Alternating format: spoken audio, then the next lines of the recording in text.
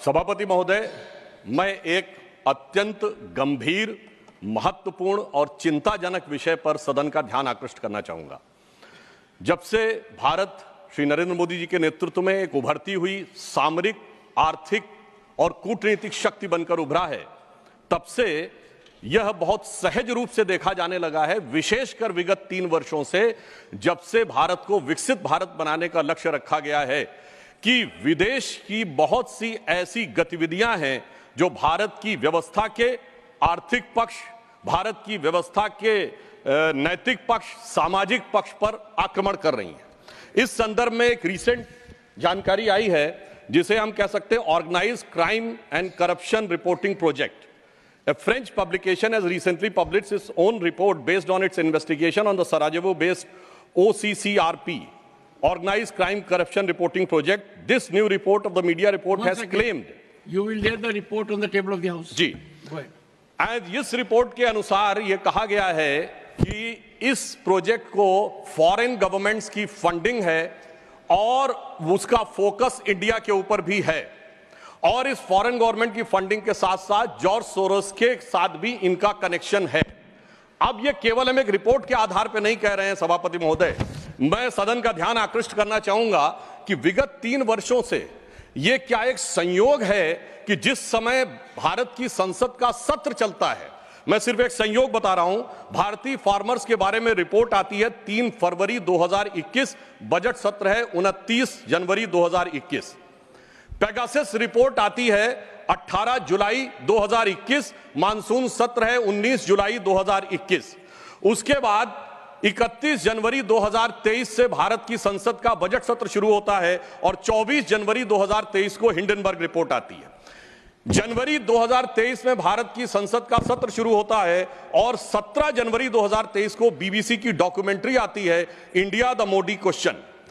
और गंभीर महत्वपूर्ण बात है, 20 जुलाई 2023 को भारत की संसद का सत्र शुरू होता है और मणिपुर वायलेंस का वीडियो 19 जुलाई 2023, ठीक एक दिन पहले जारी होता है।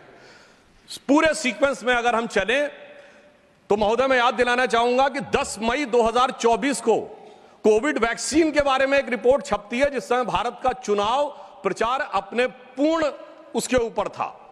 फिर अभी वर्तमान सत्र हम बताना चाहते हैं कि मानसून सत्र 22 जुलाई से 9 अगस्त के बीच में शुरू होता है और 10 अगस्त को हिंडनबर्ग की रिपोर्ट आती है। वर्तमान सत्र 25 नवंबर से प्रारंभ होता है और 20 नवंबर को अमेरिकन कोर्ट के एक अटॉर्नी की रिपोर्ट आती है एक बिजनेस हाउस के संदर्भ में। मैं सिर्फ देश के सामने बात रखना चाहता हूं।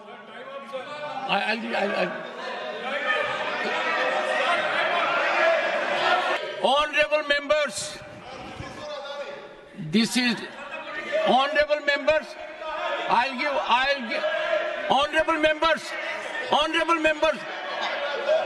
I will give time because listen to me. This is a very serious issue, and we need to have opinion from everyone. Decide. We cannot allow largest democracy to be made dysfunctional by deep state anywhere else. This house should be united in neutralizing any trend, any initiative that is pernicious, dangerous to our sovereignty. I allow Sudhanshu Trivedi to continue. मैं सिर्फ ये बताना चाहता हूं कि विगत चुनाव भारत के राजनीतिक इतिहास के एकमात्र चुनाव थे जब विदेश में कोई रिपोर्ट नहीं, मैं विपक्ष के सदस्यों से कहना चाहता हूं, रिपोर्ट नहीं, भारत के इतिहास का एकमात्र चुनाव था जब विदेश की एक गवर्नमेंट ने, रशियन गवर्नमेंट ने ऑफिशियल स्टेटमेंट दिया कि भारत के चुनावों में विदेशी हस्तक्षेप हो रहा है। ऐसा भारत के इतिहास में कभी नहीं हुआ और इसके बाद दूसरी सरकार के द्वारा उसका खंडन किया गया। महोदय, मैं अपने विपक्ष के साथियों से पूछना चाहता हूं कि यह जान के हो रहा है या अनजाने में? अगर अनजाने में हो रहा है तो ईमानदारी से आइए और खुलकर चर्चा करिए। यदि जान के हो रहा है तो मैं अनुरोध करना चाहूंगा कि इसके ऊपर गहन जांच होनी चाहिए, क्योंकि निरंतर सभापति महोदय, मैंने कोई घटना कोट नहीं की है, मैंने केवल एक रिपोर्ट कोट नहीं की है, मैंने 3 वर्षों का सीक्वेंस दिया है और जो सदन में बैठा हुआ हर व्यक्ति इसके साथ, अपने साथ बिल्कुल साफ साफ उसे देख सकता है। और मगर मैं यह भी कहना चाहता हूं सभापति महोदय कि जिन लोगों के दिल में यह ख्वाब है, यह बड़ी एक सहज स्वाभाविक सी बात है, जिन लोगों के दिल में यह ख्वाब है कि वो भारत को झुका लेंगे, तो मैं उनसे कहना चाहता हूं कि हम श्री नरेंद्र मोदी जी के नेतृत्व में जिस प्रकार से आगे बढ़ रहे हैं, ये मत सोचें कि विदेश से किसी चीज का आज प्रभाव पड़ने वाला। आज भारत अपने स्वाभिमान के साथ आगे बढ़ रहा है। मैं उन लोगों के लिए कहना चाहूंगा, सर, जो विदेश में जाकर यहां विचार करते हैं, जो कहते हैं डिफेंडर्स ऑफ डेमोक्रेसी यहां क्यों नहीं कर रहे हैं? सर, डिफेंडर्स ऑफ डेमोक्रेसी जिनको कहते थे वो प्रधानमंत्री जी की तारीफ कर रहे हैं। इसलिए मैं कहना चाहूंगा, विदेश का लाभ लेकर, विदेश की छांव लेकर जो भारत में हो रहा है, उनके लिए एक पंक्ति कहना चाहूंगा कि अपने वतन पर सदियों तक है रही हुकूमत गैरों की, लेकिन कुछ चेहरों पर अब तक धूल है उनके पैरों की।